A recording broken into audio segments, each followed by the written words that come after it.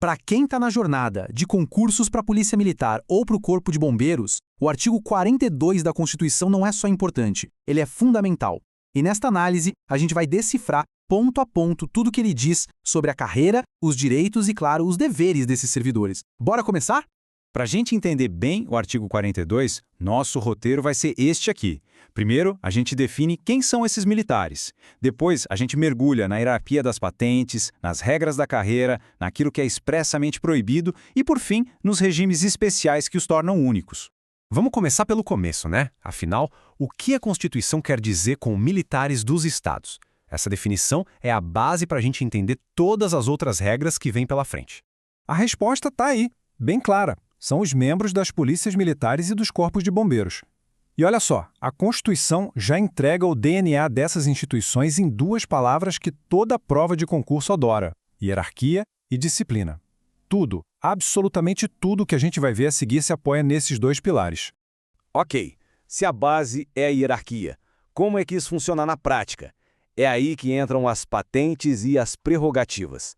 Vamos entender como essa autoridade é concedida e, claro, quais são as responsabilidades que vêm junto com ela. Percebe a formalidade da coisa? A patente de um oficial é entregue pela autoridade máxima do Estado, o governador. Isso mostra que não é só um título, não. É, na verdade, um pacote completo de direitos e deveres previstos em lei, criando uma cadeia de comando super bem definida. Agora a gente chega numa parte que sempre gera dúvida e é figurinha carimbada em concurso. E aí? O que acontece se um militar da ativa resolve assumir um outro cargo ou um cargo público civil? A Constituição é bem específica sobre isso. Vamos imaginar a cena. Um militar da ativa passa num concurso para um cargo civil. E agora? Ele fica numa encruzilhada. A Constituição praticamente força uma decisão e o caminho que ele vai seguir depende de um detalhe crucial. Esse novo cargo é permanente ou é temporário?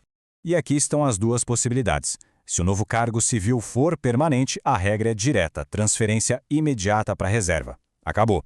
Agora, se o cargo for temporário, ele fica agregado. O que é isso? Ele fica afastado, mas continua ligado à corporação. E só pode ser promovido por antiguidade.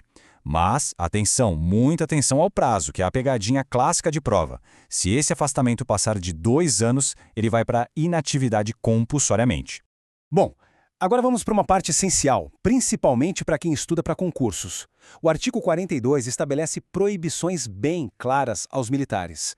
São regras sem brechas, sem exceções. A primeira grande proibição ou vedação, sindicalização.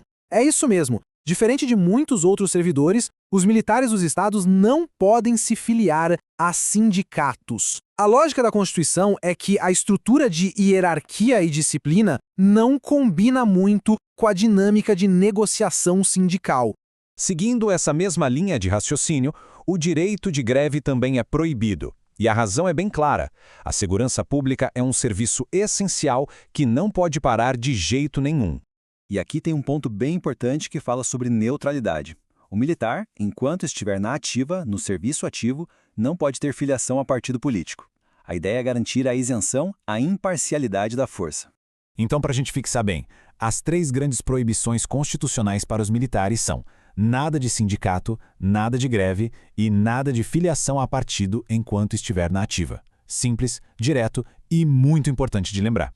Para fechar, é crucial entender que o artigo 42 não é uma ilha. Ele funciona mais como uma ponte, sabe? Ele aponta para outras partes da Constituição e para leis específicas que vão complementar as regras para os militares dos estados.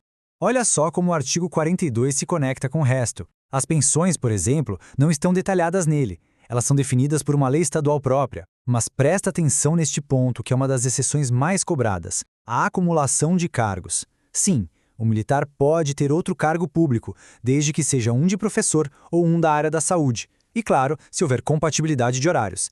Essa é uma exceção importantíssima à regra geral de não acumular. No fim das contas, a grande lição é esta: os militares estaduais são uma categoria à parte no serviço público. Eles não se encaixam perfeitamente nem como servidores civis, nem são exatamente iguais aos membros das Forças Armadas. Eles têm um regime constitucional só deles, todo construído em cima daquela base que a gente falou: hierarquia e disciplina. E fica aqui a reflexão final.